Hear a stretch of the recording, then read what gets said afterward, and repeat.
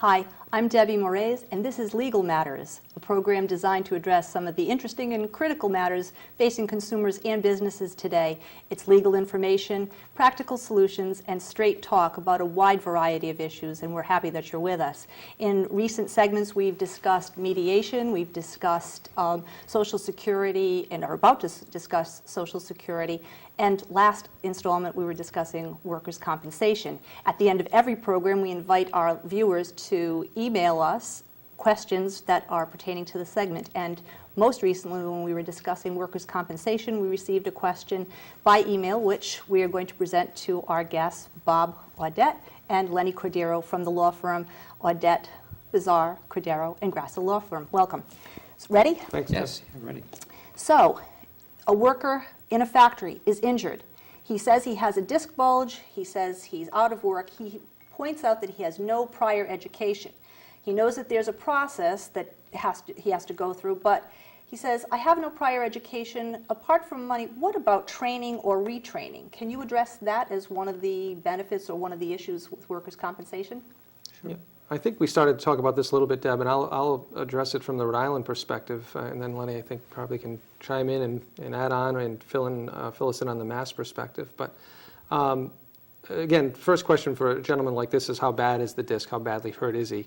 And what kind of job did he do? The fact that he doesn't have much education leads one to believe that he probably did a fairly physical job. And if the injury is serious enough to prevent him from working long-term at his former job or permanently at his former job, rehabilitation or job retraining could play a role. First goal of the workers' comp system is always to get someone better and get them back to their regular job. And if that can't happen, the next question is will the employer have a lighter duty job position for the employee? The insurance carriers typically work hard with the employers to try to get them to take people back. If that's exhausted, the next step could be rehabilitation. Some insurance companies will provide rehabilitation specialists who will meet with clients, interview them, get their aptitudes, try to help them with a resume development or job searching. There's also the Donnelly Center in Rhode Island on Blackstone Boulevard in Providence that provides rehabilitation services. And there are also private counselors out there that an employee, possibly with the help of an attorney, can go out and hire himself, who would help identify what that person's strengths, talents might be, and then what type of schooling or training they might need to go on and better themselves and end up back in the workforce again. So rehab is out there. It's part of the system. Obviously, there's a strong interest amongst the insurance carriers to keep it as inexpensive as possible. Mm-hmm. They'd rather not pay for 4 years of college education if they can help it. They'd rather get someone trained quickly and back in the workplace as quickly and simply as they can. And Lenny, in the Massachusetts area? Very similar to what Bob said. I'll just add on that, it is a cost-benefit analysis for insurance companies. Certainly a lot of it does depend on the extent of the injury. In Massachusetts, they have a unique way of approaching it that's a little bit different than Rhode Island. Massachusetts, they do have a department that's strictly dedicated to vocational counseling and rehabilitation. In fact, during the course of a person receiving benefits under the Mass system, it's very common for the department to set up interviews with a vocational counselor just to see how they're doing and perhaps to determine whether or not there might be some vocational potential for a particular injured employee. But one thing that's also interesting about the Mass system is that once a person gets to a point where if it turns out there's a long-term problem and the person ends up commuting or settling his claim with the insurance carrier, unlike Rhode Island, in Massachusetts, the case will stay open for two purposes. One, the person can continue to receive medical treatment under the Massachusetts system for any ailments that may continue to bother them that are related to the injury. And second, and most importantly, is that vocational assistance stays open for 2 years after a person settles his case or her case, so that if, in fact, let's say, there's a serious injury with this gentleman who has limited educational background, and, he's done one particular job most of his adult life, and now he settles his case because the limits of the system don't permit him to go much further, but he has trouble locating, employment in the community. He has the resources of the Department of Vocational Education and Rehabilitation to consult with a counselor to see if there are any alternatives available for that person to either be retrained or re-educated to learn something new. And that's at the cost of the insurance company. Oh, it is. Yeah. Debbie, in fact, we can't mention names, obviously, but we had a recent client in Massachusetts who had quite a serious injury, was a clerical support type person, and eventually settled a claim with the insurance company because just couldn't go back to her prior job no matter how hard she tried.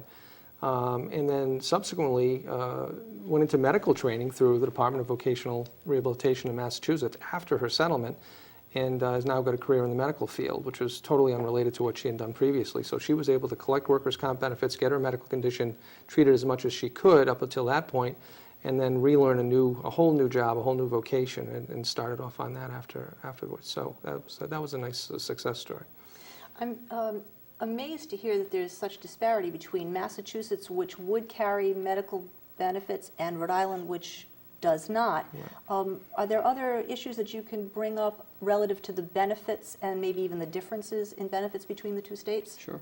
Yeah, there's similarities and differences. Many similarities. When clients first come into our office, I like to talk about workers' comp in general, the themes that would carry over to whatever state in the union you basically work in, and there were some generalities about workers' comp, but then you get it down to the specifics.